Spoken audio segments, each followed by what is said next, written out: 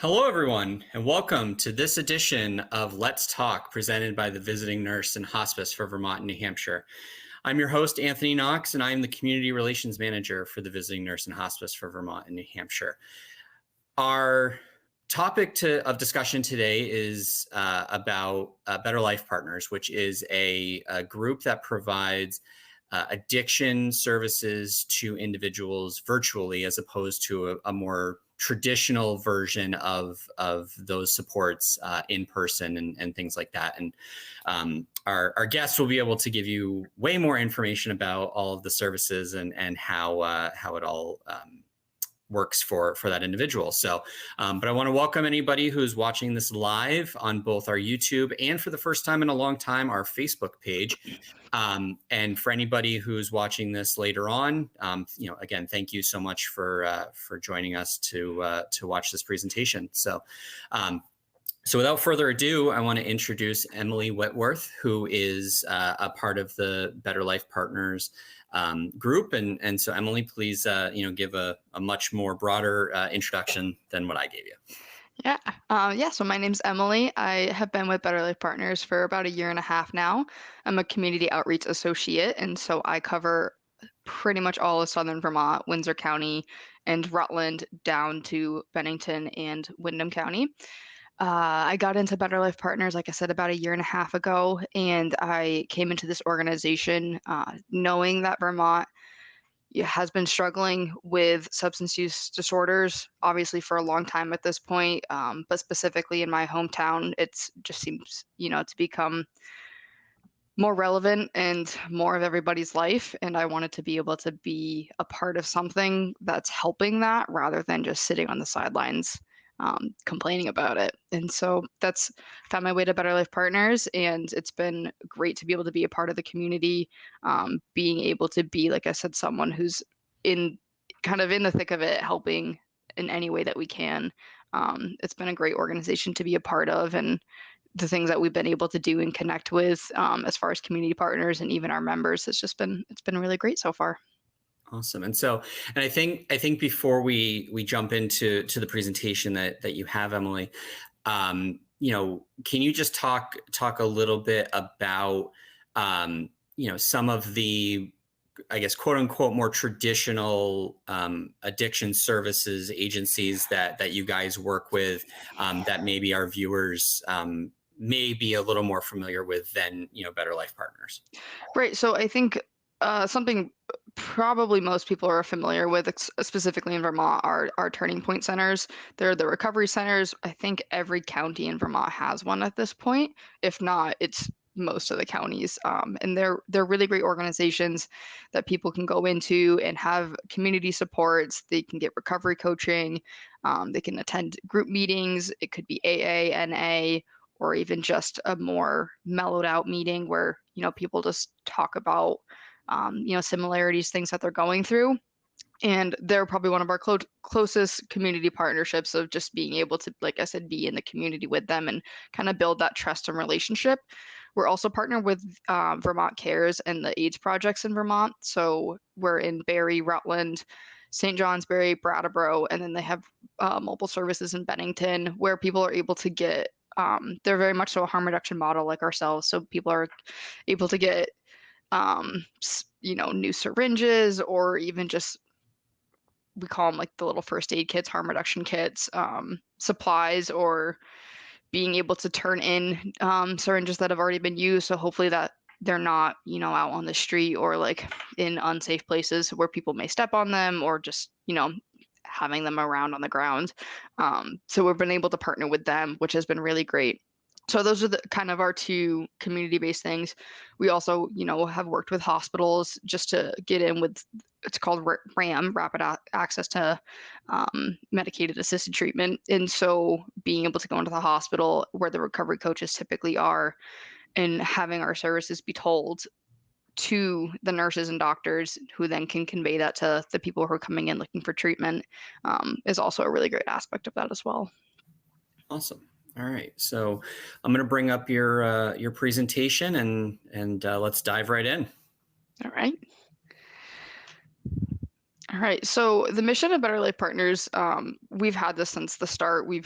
As we continue to grow, we've kind of added to it, changed it around a little bit, but it's always stayed the same. That it's very member centric, and we've kind of rallied around belonging, love, and purpose as what we want our program to be about. We want to make sure everyone we know and everyone we're helping or working with knows that they have something that they can rely on, that they know is a reliable source of a resource, but also reliable in the sense that, like, if they need something, they can call us and we're going to be there to help.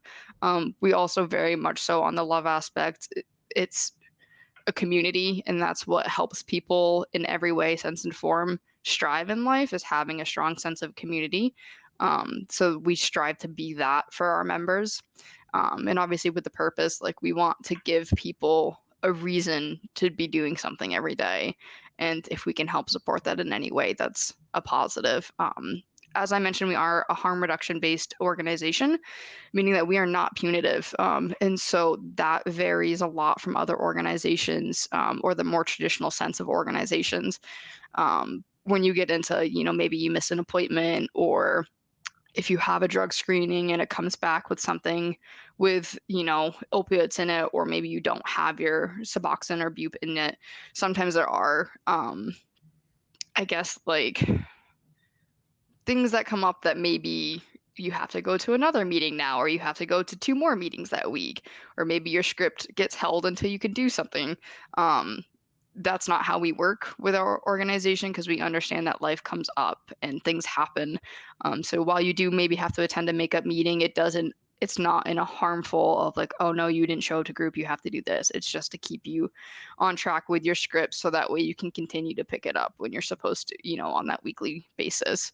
Um, and within that, like we mentioned too, the community-based programs that we've been partnering with, we've been able to expand our program and start looking at places to have, in-person meetings in the future. But we want to very much so do it in a sense that we're not creating our own building that has Better Life Partners on the side of it.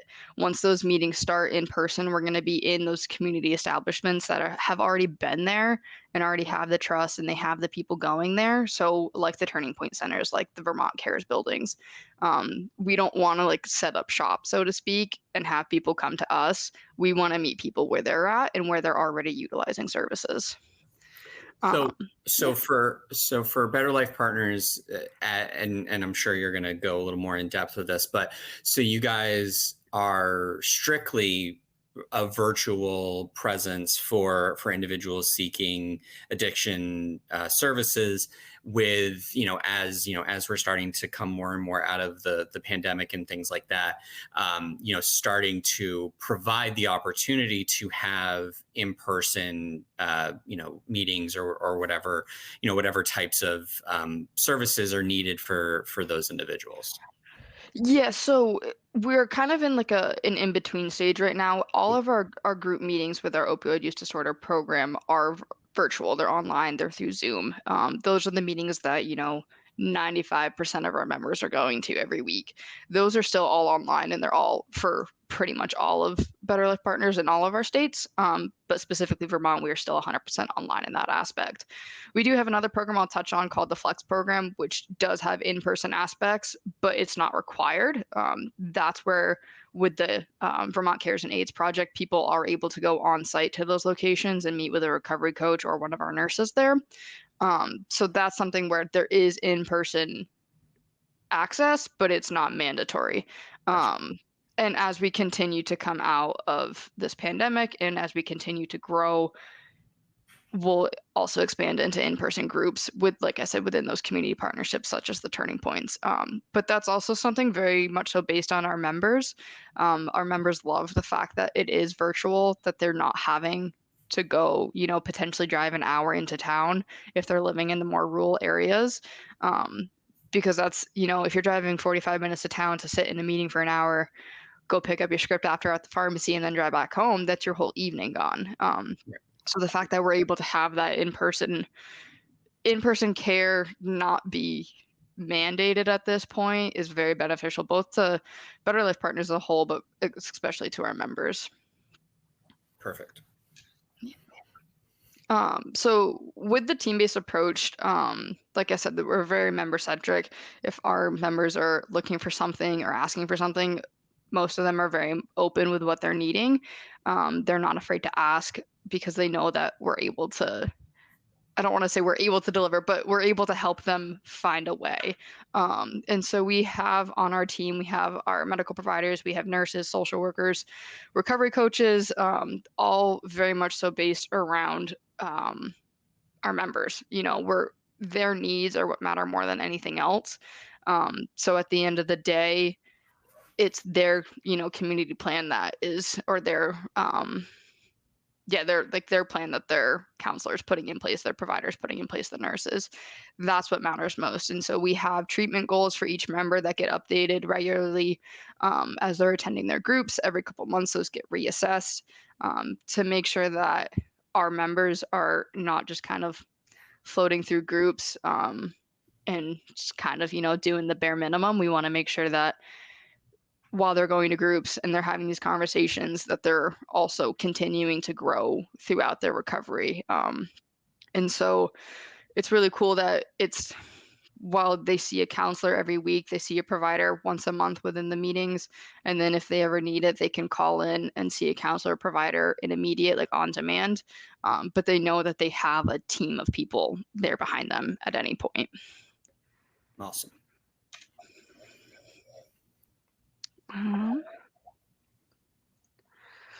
So a lot of people will say like, why this model? Because it is very different than traditional models or current models that are out there of having to go on site, having to do a meeting in person, having to do drug screens in person. That's very much so not what Better Life Partners is. And like I said, we do it because we want to be putting our members' needs first. And we recognize that most people are not even able to get to an appointment on a regular basis every single week. Whether it's kids, a job, maybe they don't even have transportation, whatever it may be, or maybe it's an hour and a half drive to get into Rutland or whatever their closest other treatment option is. We want to give an option of a resource that doesn't require people to put their life on hold. So we have pretty much the same approach of group-based therapy and scheduled visits still within our groups, but you're able to do it from your home rather than having to drive somewhere. The only time really they're needing to leave their place is to go pick up their script, and at this point, a lot of pharmacies deliver too, which is pretty cool. Right. So this program was designed around rural areas to start. That was kind of the initial dream of this program, was to make sure you're getting to the people who don't have as easy access to programs or treatment centers as most would. So as we continue to grow, obviously we're still in the more populated areas of Vermont, New Hampshire, Mass, and Maine, but our targets are always going to be those rural areas where people don't have as easy as access. So the program, like I said earlier too, like the goal of it is to be able to provide that treatment or that resource, so to speak, for those who are looking for it and in the easiest way possible. But it's also just to be able to be another resource because there's plenty out there, but they don't fit everybody. And so with this model, again, having it be a remote at the patient's convenience, so that way, and again, like you very clearly kind of laid out, someone who has to drive an hour to a town, attend an hour meeting, wait at the pharmacy potentially for an hour, and then drive home for an hour. I mean, that's a big long period of time for that individual. For the meetings and sessions that an individual would be a part of, I assume that there's multiple times during a day that these meetings are offered, and people have to sign up for those specific times in some sort of database or something like that. So like how would somebody set up their time so that way they fit into the model that you guys have put together with Better Life Partners? Right. Yeah. So I have here. I'll jump forward to that slide because I do go We have within Better Life Partners, there's a couple different programs, and we call them tracks, and each one has kind of its own guidelines, but they kind of all mirror each other. So like our most well-known program is opioid use disorder, the OUD program. And so what happens when someone comes into the OUD program, um, depending on where they're at in their recovery, maybe this is their first time, attempting any type of treatment or program option. Maybe this is their third one and they're just transferring because they moved and they can't get to that place anymore. So they'll have, their clinical assessment, their provider medical evaluation, and their recovery coaching orientation. And I'll touch on those as well. But so after that stuff is kind of established within the first couple of weeks, their phase is then established as well within their track. So phase one is that entry level. It's, they're maybe they've have gone in and out of programs in the past couple of years, so like they're still not feeling super, like maybe they had a use in the past 2 months, whatever it may be, like they're not necessarily at the most stable part, and that's totally fine. That's where most of our people are coming in at. So with that, they're going to come into a weekly group, and that group gets scheduled out. We have times starting at 8 or 9 a.m. in the morning. We have groups that run till 8 o'clock at night. And so there's plenty of options that we go through during orientation, and we select the best time for that person that fits within that track. And that's what we then schedule out for, 12 weeks at a time. So they know that each week that's their standing meeting. If they miss a meeting, life, like I said, life happens. We understand that there are makeup groups every single day. We typically run 2 to 3 groups a day for makeup meetings. And so that's on top of those regular standing ones. So if someone, misses a meeting Monday because their kid was homesick and they just couldn't get on that day, they can go to a group the next morning, Tuesday, get in their group, do their curriculum for the day or for the week, and then they're back on track for the next week. So we're very understanding of, yes, you're scheduled for this meeting, but we have backups if that can't happen. As people progress, they can then go, the longer they're in recovery or with us and showing that they are having that growth or stability, they can move on to biweekly groups, and that's a biweekly script as well. And then, of course, the phase 3, the longer you're with us, the longer you're in recovery, you can go to a monthly group and a monthly script. So like I said, that mirrors in our alcohol use program as well. The alcohol use program in Vermont is still very new, so we're only at phase 1 just because of the people that we have in it. That's where they're at, but those guys will, eventually progress to phase 2 and phase 3 as well. But so this, we'll jump to this slide, or no, sorry, this one. This kind of talks on that like growth throughout the program as well. Obviously we have a lot of different resources within the program, which is really awesome. That immediate engagement is the intake that we're able to do same day. A lot of programs aren't able to do that because it's in person. You can't necessarily get a provider on site right then and there, or they're already booked out for the day. Because our providers are also all virtual and they're throughout Vermont, New Hampshire, Mass, and Maine, we're able to get someone a provider typically within an hour. If not, it's still that same day. Maybe they call in at 10 in the morning and there's 10 other people calling at the same time. You'll hear back from them by the afternoon. And so we're able to get people into our program within that 24-hour range, which is really important when you have that ambivalence, especially when you're new to the treatment program kind of world. You have that split second moment of, I'm ready. And then you call and you're like, oh, wait, we can't get you in for 2 weeks. That moment's gone. And most people aren't going to be willing to wait 2 weeks. So the fact that we're able to do that immediate intake, get you in with the in-person provider. For some locations, mainly New Hampshire, they're doing some in-person stuff. But if not, it's that virtual provider, like I said. Doing that the same day makes a world of difference for people who are ready to take that step rather than being told they're putting on a waiting list.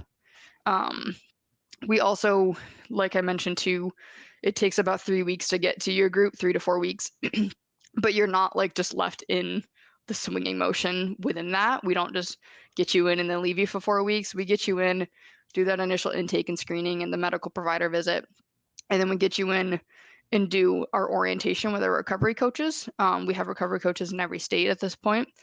And we go through there, we go, break down the program, what's expected of you, what's expected of us as employees of BLP and people who are serving them, what's expected of, member rights for other people in the program, like HIPAA. We also talk, about the medications we use, if they have any questions, being able to access their team pretty much anytime they need. We go over all of that. That's the second week. The third week, we will do the clinical assessment, and that is like the full biosocial, evaluation to Mhm. establish, okay, you're at this level, you've had these things happen in the past, you have PTSD as well. Like, let's make sure we get you on like the best track as far as treatment goals as possible. So that happens week 3. And then they go into their groups from there into week 4. And so week 4 is when you get scheduled into your standard weekly meetings, and you kind of go from there, and you get, like I mentioned, get reevaluated throughout your time. It's not like they're separate meetings. It's just based off the counselor's observations and conversations with you, our provider's observations and conversations. And of course, too, if you feel like if the member themselves is thinking, like, I think I'm ready to try and do this, maybe that's a conversation they're like, I want to have a one-on-one with the provider next week. We schedule that and then go from there. So that's the engagement aspect of it. Um, and obviously the same day MAT of being able to get into the program without a wait list. And so that was a fantastic explanation of just kind of overall kind of even the how you get brought fully into the system, and all the steps and things like that. And the on that that chart that you showed as far as the requirements of phase 1, phase 2, phase 3, and things like that. As if a patient needed to come in, they're a phase 1, so they're required one meeting a week, with their weekly prescription. But could that individual do meetings 5 days a week? Be there Monday through Friday, to get that support, or is it more that they are, on phase 1, they would only go to one meeting, and then that if they needed additional support, they would be talking to their counseling coach, or someone on their team. Yeah, I think it more falls kind of in line with that latter aspect of it.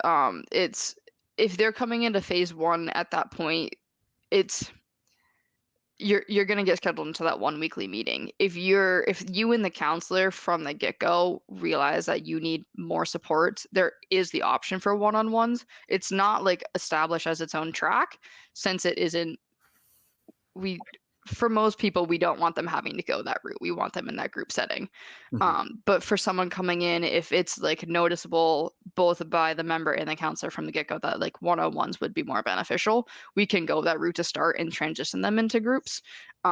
It's like I said, we don't tend to do that. We tend to put them in groups first, see how that goes, and then move them into one-on-one if necessary. As far as like going 5 days a week, we don't have that option at this point, just because of as much as we don't have a wait list, we still are having to create groups on like a monthly basis because they fill up. We have 12 people per group, 12 members to one counselor.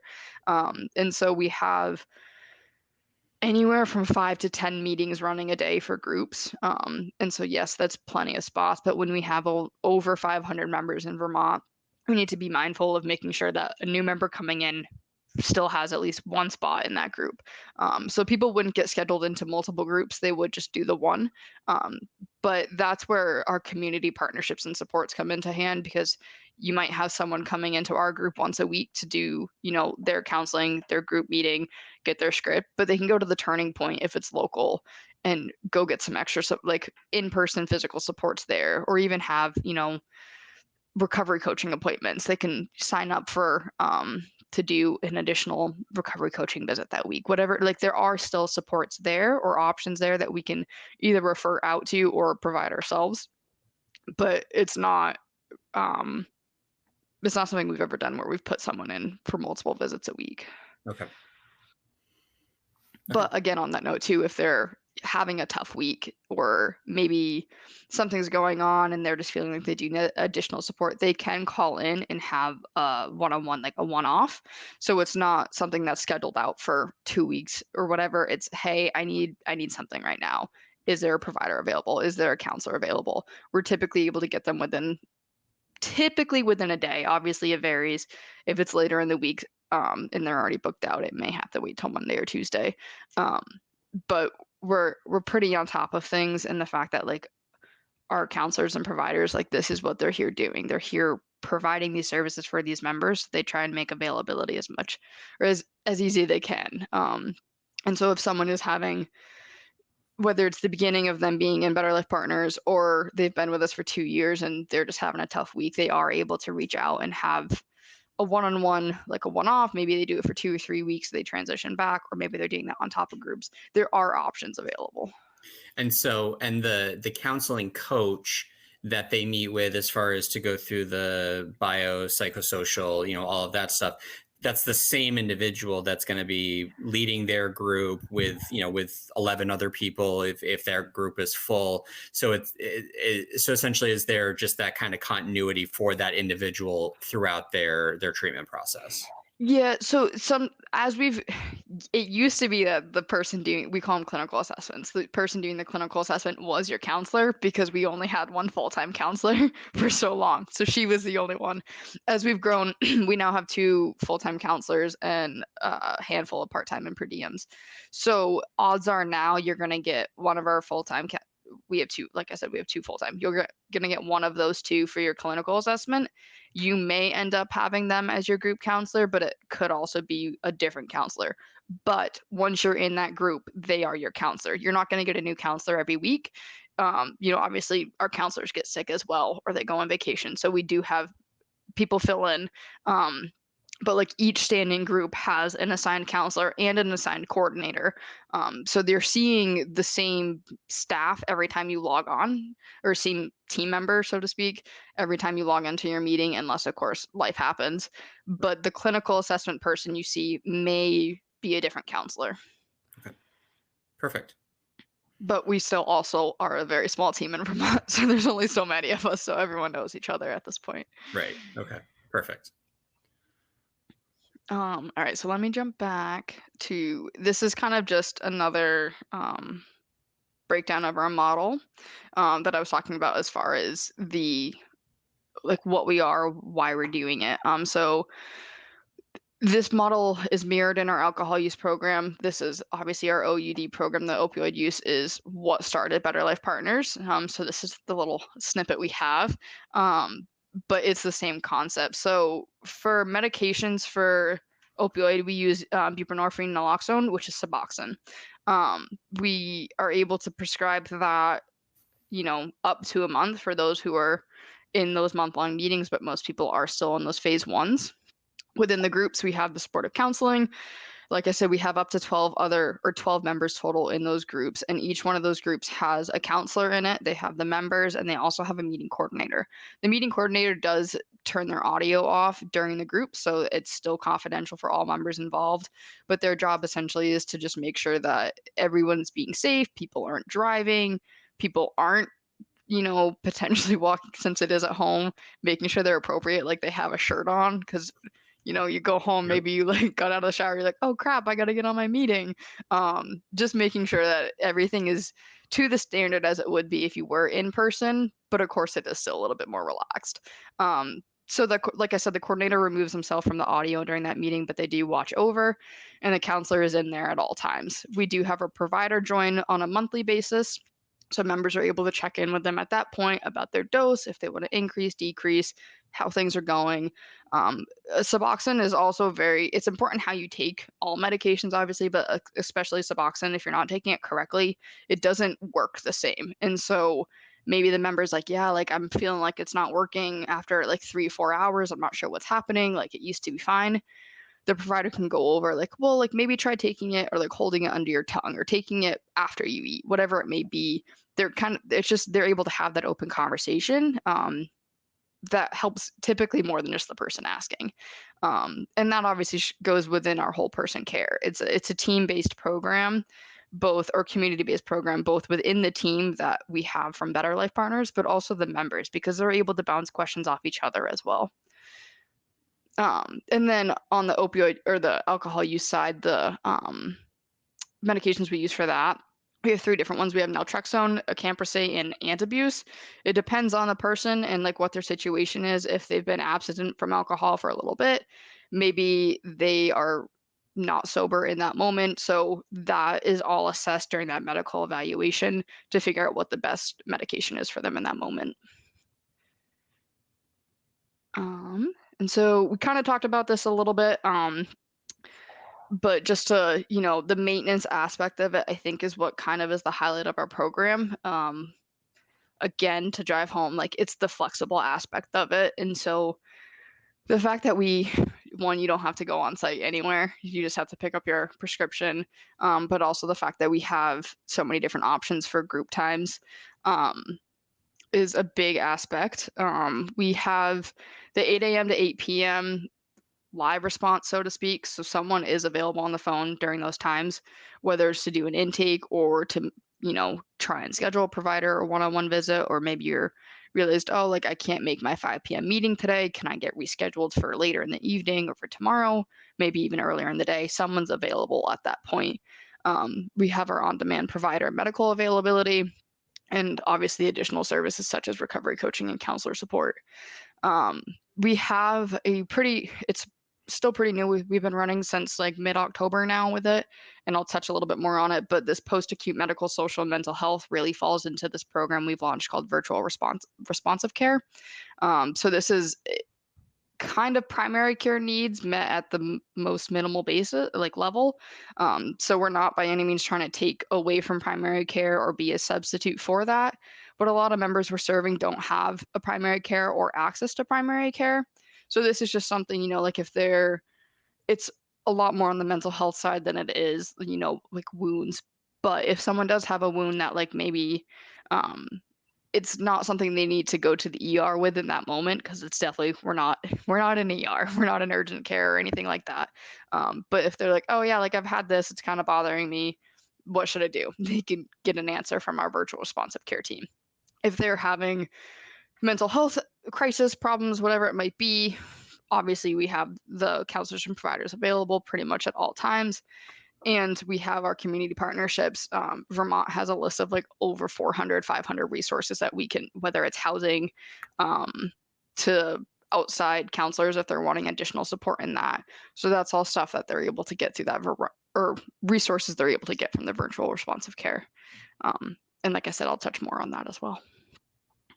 Okay, perfect. And so we kind of talked about this, just to go like kind of through it real quick. The opioid use disorders, like the original program we had to offer, we launched alcohol use in New Hampshire about a year ago as a pilot. It's still growing in Vermont because we just opened it a couple months ago. Both those programs mirror each other. And then we have our Flex program, which it's the lowest low barrier program in pretty much all over at this point, especially New England. It's only in Vermont at this point. It is a grant-based program. And I think this next slide should be more about it. So Flex opened in Vermont earlier this year. It is a grant-based program partnered with the Division of Substance Use of Vermont, the DSU that used to formerly be known as ADAP. They changed their name a couple months ago, so I'm still used to calling them ADAP. This is where our AIDS Projects and Vermont Cares partnership comes into play more so than anywhere else. We have nurses on site in these locations, Vermont Cares and Southern Vermont AIDS Project. We have recovery coaches on site in these locations as well. And of course, the staff of these locations are part of this program. So we have around 60 members. The other day it was 58, today it was 62. It just depends on the contact. But the goal of this program it's amazing. I've fortunately myself have been able to be a part of it, to be a part of the team. And it's been incredible to see it grow. But the goal of it is to reduce overdoses, essentially. We, as Better Life Partners, are already a pretty low barrier program. Not having to go on site, everything's online, you just call it. But this is another level of it because there's no standing meetings, there's no scheduled appointments, there's nothing. You call in on your terms, you pick up your script on your terms as long as you do that call in, and that's it. The goal beyond that obviously is to get someone more stabilized, get them working towards you know, a point in their life where they feel comfortable joining groups and engage on a more regular and like standardized basis, so to speak, and transition into the OUD program. But this is the starting point of that. Not everyone fits into this model. This is definitely geared towards people who are homeless, people who, maybe are living within the homeless shelters, and they or even like they have long-term housing within the shelters, but it's not like they own a house. Or maybe they don't have jobs, so they don't have insurance, whatever it may be. This is what this program is built around. We've had people in our OUD program who show up 1 week and then we don't hear from them for 3 weeks. And then they show up 1 week and then we don't hear from them for 3 weeks because that's life. They don't have a phone. Maybe their phone got stolen or they're not living where they were. And so like they can't even get anywhere near the pharmacy to pick up their script. This program allows for them to be able to call in on their terms. And if their life is a little bit chaotic in that moment, it's okay. We'll help them out as best as we can, but it's for them to be able to do. So the way the program works, like in a nutshell, is very similar to OUD, but it just doesn't have as much of those like the strictness to it, even though the OUD program isn't super strict. But they call in every 7 days. They speak to either a nurse, recovery coach, medical provider, or a counselor. They have a check-in with that person, with the team member, and then their RX gets written for that week. It's only for a week. So for them to be able to get that next script, they have to be able to call in again. We won't pre-write anything for them until we hear a touch point from them. So we can't, within the OUD program, as people become more consistent, if they miss a group, because those makeup groups are available, we're able to not necessarily send the script right away, but make it so like, okay, as soon as they attend that group, they can go get it. So there's no waiting period. With this program, like nothing is pre-written. We don't get anything set up for them until they call in, and then they have to wait for the pharmacy to, fill that script. And so there is that sense of accountability there because unless they call us, then they're not going to get anything out of it. We do send, daily reminders of like, oh, not daily, weekly. Hey, like, your script runs out tomorrow. Just make sure you call back in. But we don't like chase them down to be like, hey, you missed your meeting today. Like, would you like to reschedule? Which we do in the OUD program. As soon as someone misses a meeting, we send out a check-in to be like, hey, like we didn't see you. Everything okay? Like, can we get you rescheduled? So of course, like we do follow up with the people within the Flex program, but it's much more on them to reach out than it is for us to follow up. Gotcha. Like I said, we have our nurses, we have recovery coaches and medical providers on that team, which is really great. And Better Life Partners as a whole is very harm reductive. The Flex team is probably the most harm reductive as you can get. Okay. And so to go back one slide as far as, to talk about the phases, how does somebody quote unquote graduate from phase 1 to go to phase 2 and so on? Like, are there specific requirements that an individual has to meet? Is it more just based on the way the treatment is going, things like that? Kind of, is there some sort of standardized way that a person graduates from one phase to the next? So it used to be a little bit more of like there was guidelines, like you had to meet this, this, and this. As we've continued to grow and we've had people transition from other programs who have already been on Suboxone for 10 years and they're just switching programs, we have opened that up. So it used to be you had to be with us for 6 months before you could even like consider moving to phase 2. You had to have really consistent attendance and be, actively participating in group. Also be making sure that you're treating everyone in group with respect, because we want to have that safe community space. Now it's a little bit more, I don't want to say case by case because there obviously are like still the guidelines, but if someone, like I said, has been on Suboxone for 10 years, they're transferring in. they've been going to groups, or we can see in their, the VMS that they pick up their script every single week and they've been good. Or like they've already been prescribing from their previous provider a month-long script for the past 3 years. We're not going to have to bump them back down to phase one because that's not beneficial for them. It's probably going to set them back. So in that case, we'll probably bump them right to phase two or phase three Gotcha. as they come into the program. If someone, like I said, is not at that point in their life, we're going to keep them in phase one as they continue to show up in group, as they continue to show growth in working on their goals, and that they, like I said, are being active and respectful within group. That's something like they could potentially move to phase two within 2 months because it's like that they just needed that extra boost. It could be a year before they get to phase two. It definitely depends on the person, but Mhm. it's a decision that's made between the counselor, the medical provider, and the member themselves. It's not something where, the counselor is like, oh yeah, like I don't think you're ready, so I'm not sending you. It's addressed in every group when we open our, so I have helped coordinate meetings when we open our group. The counselor and the provider, like when they meet on that monthly basis, go through every member, look at their previous notes, their check-ins, be like, oh hey, like this guy's been, he hasn't reported use in 8 months, he's been showing up to every meeting, he got his job back, he did this and this, like maybe it's time we offer that to him. And then the member's like, nope, I don't want to because I want to stay in phase one. I like my group. I like coming weekly. It's what I need. Great. Or the member's like, yeah, I'm ready for that. Like, I'm ready to move on, um, or keep moving on. That's that conversation that's had. And so it's like I said, it's not necessarily case by case guidelines, but it's case by case per member of what's the best option for them. And that's, again, a conversation that's had on that team based approach. And so, and then I guess my other question, as far as with the phases and how it works. So you brought up an example of an individual who the weekly meetings are working, the group that he's in, or he or she is in, is working, everything like that. But maybe getting to a pharmacy every other week is easier for them. So is there the possibility of hybrid phases where like you're still going to weekly group meetings, but you're getting your prescription every other week?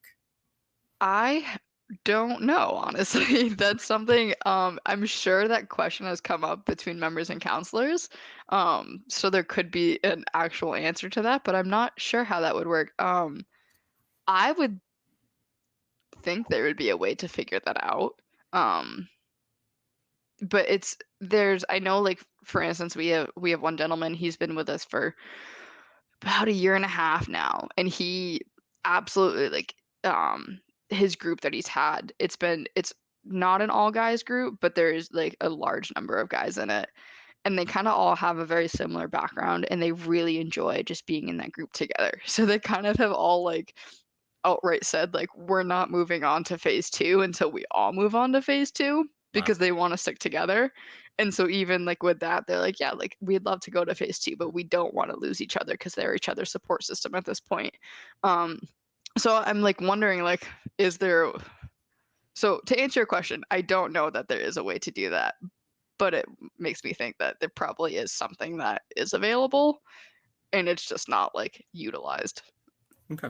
If that No, answers, doesn't yeah, no, answer your question, that's but it perfect. I mean, does. just in the way that you're describing it and things like that, I mean, my gut would tell me that there are probably those situations, because as you've also stated, it's a case by case basis of Mhm. that individual and things like Right. that.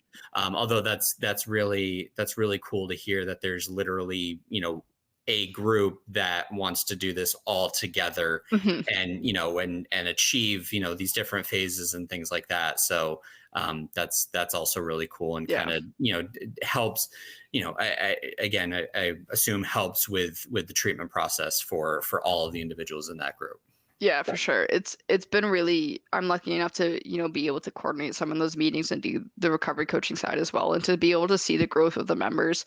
As much as I love doing outreach, and doing, meetings or being on the street hanging flyers, my favorite aspect of this role is being able to see the growth of the members that we do have currently. Seeing, I always like to tell sorry, I'm gonna go off track a little bit. My second week working with Better Life Partners, I was doing Stomp Out Stigma event over in Rutland, and we had this gentleman come up to the table. He had just gotten out of jail a couple weeks before. He was looking for a treatment provider. He had had one previously of someone in Rutland. He didn't really want to go back because he didn't love it there, but he didn't have a whole lot of other resources. He had never heard of Better Life Partners before. At this point, we had only been in Vermont for a year. And he just came up to my table, asked me a couple questions, took my card. 2 days later, he called in and he enrolled with us. And I've seen him throughout, it's now been a year and a half of his growth, of, seeing him come into meetings. I don't even think he remembers me from that fair because, there was 100 people at that event, and I'm sure he doesn't remember my name of the person who gave him the card. But it's like I said, that's my favorite aspect, just being able to see the growth, but also the setbacks, because that's part of recovery. And I think that's what's really cool about Better Life Partners, is that we recognize that recovery is not perfect. Recovery is different for everybody, and you are going to have setbacks, as everybody does. But it's how you react to them and how you move on from them that matters. And I think that's what Better Life Partners embraces, which a lot of programs, I don't want to say that they don't do it, but it's not necessarily as much of a aspect of the program as it is for us. Gotcha. Perfect. Yeah.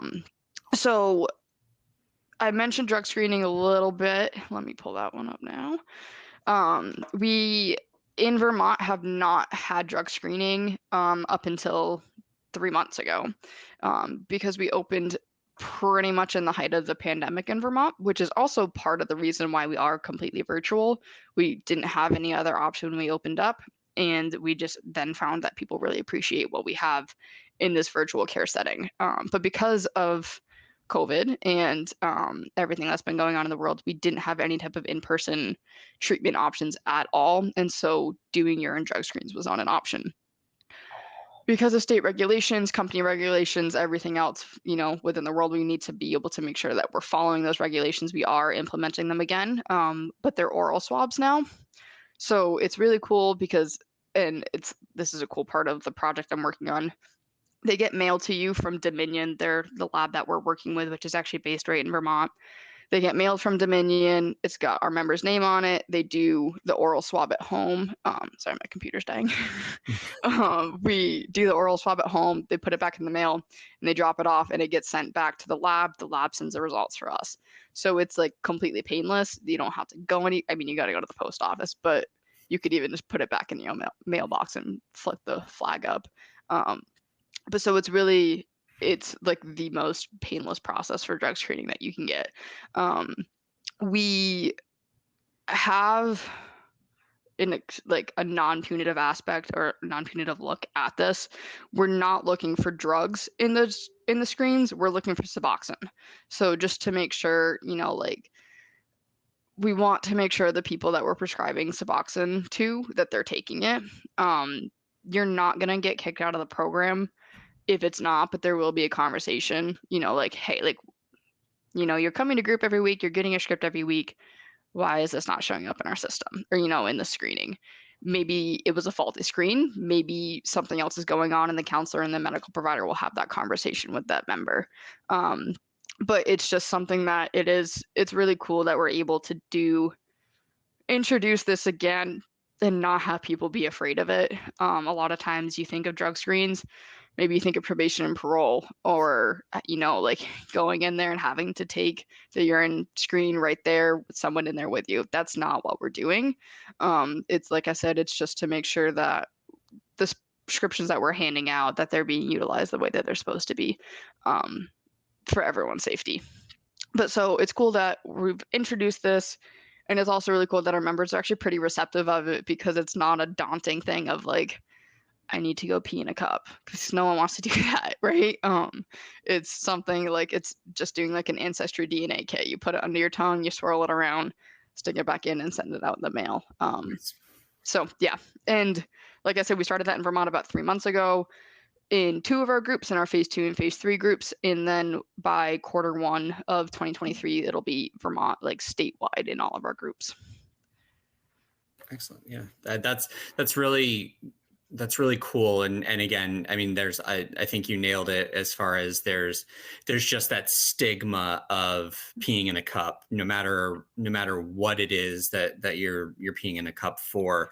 It's just uncomfortable. It's weird. It's things like that. Versus especially now going through COVID and things like that, people are much more comfortable with doing a swab, and dropping it into a tube or whatever it is, and sending it back out, or doing what needs to happen, and things like that. So I mean, that's a far, while peeing in a cup is not necessarily invasive, it feels far less invasive Hmm. swabbing than Yeah, it's much more humanizing, so to speak, of like, it's not just a certain percent of the population that's having to do this now. Everyone at this point in life is doing some type of like right. swab, like I said, whether it's a DNA kit or like maybe it's a strep throat test. Like Yeah. it's something that there's no stigma attached to it at that point. Right.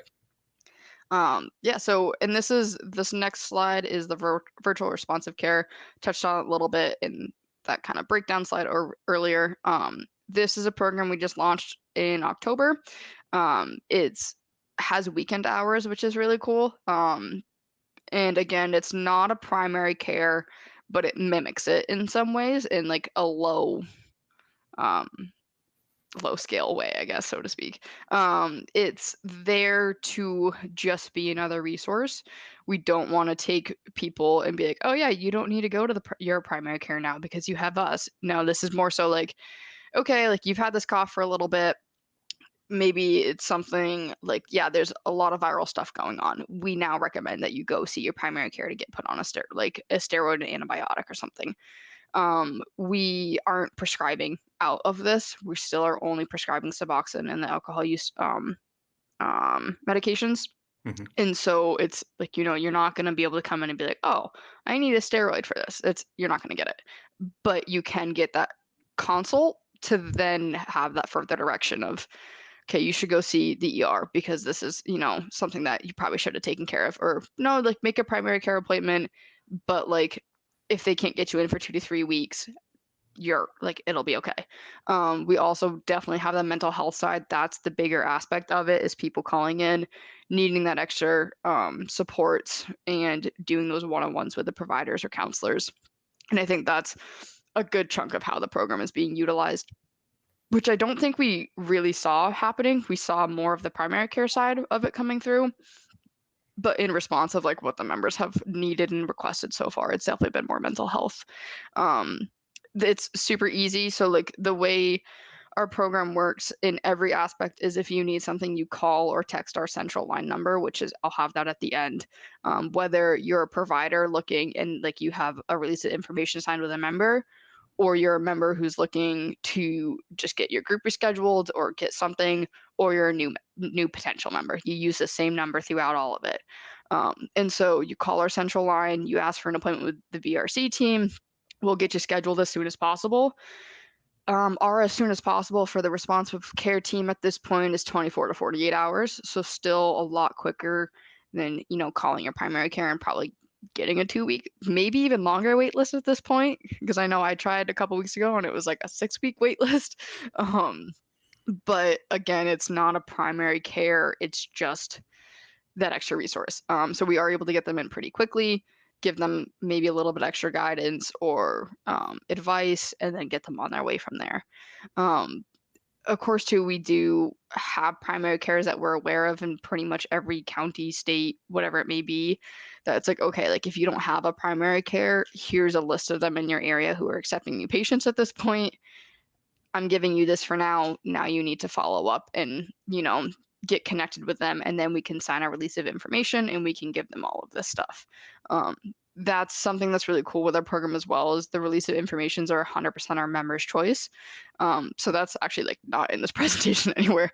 But if there is, whether it's probation and parole, if it's maybe just a care coordinator at like a housing authority, DCF, whatever, maybe it's even just a family member, unless the member themselves signs off verbally and on the paperwork itself, we will never release any information. Obviously, HIPAA is something that's important to everybody, but very much so to us. Even if a probation officer knows that he was there during the intake while the person called in, if that member doesn't sign that release of information, we're not giving anything to that probation officer. Um, and the member also can decide what chunk of information is giving, whether it's like, I don't want them to see the first like 3 weeks because for whatever reason, or maybe I only want them to see my counselor's notes. I don't want them to see the medical provider notes. Whatever it may be, it's their choice of what information shared. Gotcha. So that's just a cool aspect too. But so that comes in when you do have that care coordination aspect. Maybe you have a housing coordinator or a nurse case manager at your primary care. There is that release signed, so that way you're not just having to play phone tag with them and trying to remember all the information. Right. Yeah, so that's the responsive care aspect. The next slide is a little bit about these are our retention rates. These were updated a couple weeks ago, so they should be pretty accurate. Vermont, which again, like I'm out of the Vermont program, so I think it's pretty cool. We're at 73% of retention rate in Vermont, and that's 100% because of the team that we have. We, like I said from the start, community is like our biggest aspect of what we're doing, the belonging, love, and purpose. So the members that we have, they build that trust with us and they just keep coming back and then they tell other people about it and then they come back. But for those members that, drop off, so to speak, of, we haven't heard from them for a couple of weeks, we'll reach out to them and then it hits a point of time at like 90 days where they're no longer like considered an active member within the program. We'll still reach out to them, and we actually have a counselor, one of our full-time counselors, doing call outs to those members, the active intermittents, of, hey, like we haven't heard from you a while, we want to make sure everything's okay, like we can get you re-enrolled within the next 20 minutes if you want. And we call them rebounds, like in our system. We've had like 10 Vermont rebounds in the past like 3 weeks, which is awesome because that's something, like those were potential members that we weren't ever going to hear from again. But because we reached out to them, we followed up with them, made sure things were okay. They came back and they're like, yeah, I was going through some stuff, but I'm ready to do this again. Awesome. So yeah, the company-wide is 61%. That's for all 4 states we're in: Vermont, Mass, New Hampshire, and Maine. And then 6 months or in Vermont is 73%. And then obviously the continuity is 62% of continuing to get their prescriptions every week, following through on their appointments and provider visits and all that good stuff. Nice. Yeah. And so this is a little bit of Vermont information. These two graphs, the gender and age, are a little bit more out of date than this. The map is, but it's still fairly accurate. The map is really cool, I think, because we see it every couple of weeks get updated. So obviously you can see Rutland and Washington County, those 2 darker spots. Those are kind of our hot spots. That's where we're getting the most members out of, which is very interesting to me. Because when I started about a year and a half ago, we had like 3 people in Rutland. And so to see that growth, it really just shows like, again, that level of trust that people put within us. We wouldn't have that many members if people weren't telling others about us. Obviously, we want to continue to grow and we want to get into those rural areas like Upper Franklin County, into Essex, Addison, Orange, those places that don't have as many people. Those are honestly more the spots that we want to get rather than, Rutland is obviously important, but like there are a good amount of resources in Rutland already. So we want to continue working in those counties that don't have as many resources, don't have as many current members, to continue trying to build that trust there so more people hear about. I keep saying us, but because it is, we want them to come to Better Life Partners, but just more people in general learning about resources and what else is out there. Right. And as you can see too, we have a pretty good chunk of an age range. Obviously, most of the people are kind of in their 20s to 40s, and we do have a little bit more of a male presence than female. We do have, like I said, these numbers are a little bit out of date too, because we do have a few people who are, non-gender identifying. This is, I think, like 2-3 months old. It's we were trying to get that updated. But I know for a fact that there's at least, like, I want to say 5 people who don't identify, which is it's really cool too because within that we're able to then kind of build groups out and or like start to get ideas of how to build groups out. Like, okay, do we want to have an all women's group? Do we want to have an all male group? To have a a non-identifying group as well, to be able to give people as much comfort as possible. It's not something we're offering in Vermont right now, but it is. They do have like a moms group in New Hampshire. Um, Eventually we'd like to do like a parents group so that way it's you're not singling anybody out, or an all women's group, whatever it may be, to be able to, like I said, give as much comfort and safe space as possible. So these numbers are important to us, to be able to identify, to make sure that we're giving as much to our members as they are to us. New Hampshire numbers are a lot bigger than ours. New Hampshire's been on the board for 4 years now. We've only been in Vermont for about 2.5. So as you can see, Hillsborough County is like their big area. Um, Cheshire, Sullivan, and Grafton, which are all along that Vermont border. We have a really great relationship across the border, which is awesome. We have our New Hampshire community outreach person. She goes up and down, all over really. And so we've been able to do like cross state meetings. We have like with the VA. It's really cool to be able to see. I mean, obviously you guys as well. Dartmouth Hitchcock, being able to do that cross state like resource sharing, and seeing how that impacts as well. So New Hampshire's been around for a little bit longer than us, so their numbers are a lot higher than ours. We company wide have just under 3,000 members. In Vermont, we have about between 550 and 600.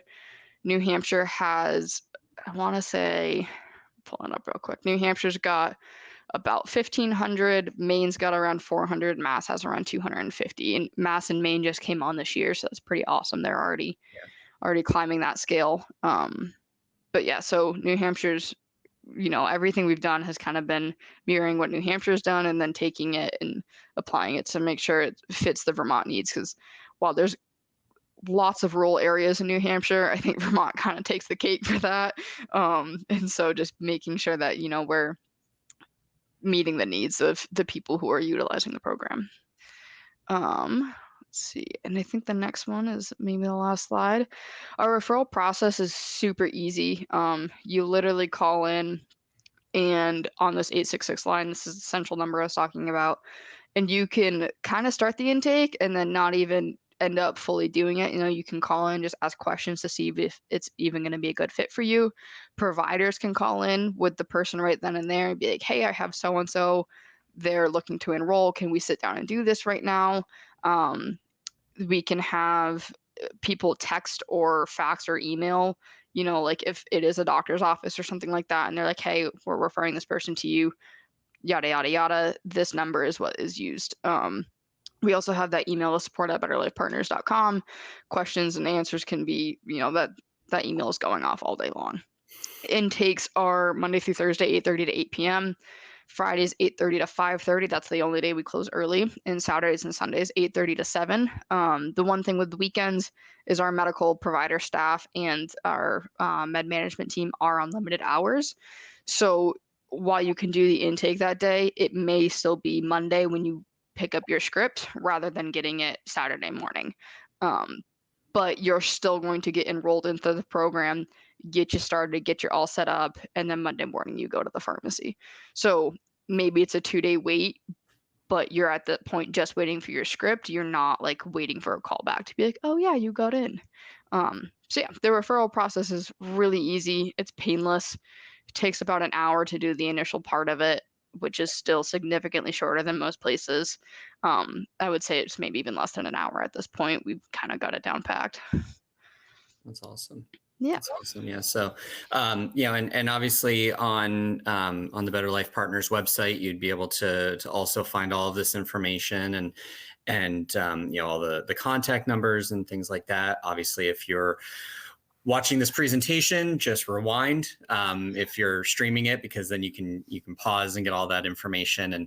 And so, from the perspective of visiting nurse and hospice, obviously we don't provide any supports as it relates to addiction services, some mental health stuff, things like that. I mean, that's not our specialty in that relation, and so an organization like Better Life Partners is such a great fit, to partner with visiting nurse and hospice, because we're able to, that well-rounded support that an individual may need, and similarly to how Emily was talking about the consultations that can happen with the medical providers saying, yeah, maybe it's time you go to the doctor's office, and get X, Y, and Z and things like that. Their medical providers could also do a referral to visiting nurse in the event that you needed supports at home. It's again, it just a medical provider needs to be the one to send in a referral for those in-home supports. So even from you are receiving supports for the addiction and things like that, but maybe the medical provider is like, maybe you could use some PT in your home or something like that. There's that ability, and vice versa from our perspective, in the event that we're in your home, we're providing the medical care that you need, but we also then realize or sense, or you ask about addiction services and things like that, we're able to send you the way of Emily and her team to be able to get that process rolling. So and all of these services are in your home. You're able to be comfortable, to receive the support that you need in an environment that works for you. And so that's the beauty of Better Life Partners and the VNH in that respect. Yeah, I think both programs, they differ from a lot of traditional settings. I think that's as we continue to move forward. I mean, we're almost in 2023. Right. That's the route we're taking, so we're kind of ahead of the game in that aspect. Exactly. So, but Emily, thank you so much Yeah. for providing all of this information about Better Life Partners, and again, for anybody watching this, the website is just betterlifepartners.com. Mhm. And and when you get onto the website, you can navigate to get what you need. But I think the last time I checked out the website, the referral number that Emily had on that last slide was right at the top of the website. So it's very, very easy. And if you don't feel like scrolling through the whole website, just pick up the phone and call. So and be able to start that whole process. So again, thank you, Emily, for being a part of this, and for again those watching live and anybody streaming it. We'll be back soon with another presentation from the Let's Talk series. All right. Thanks so much for having us.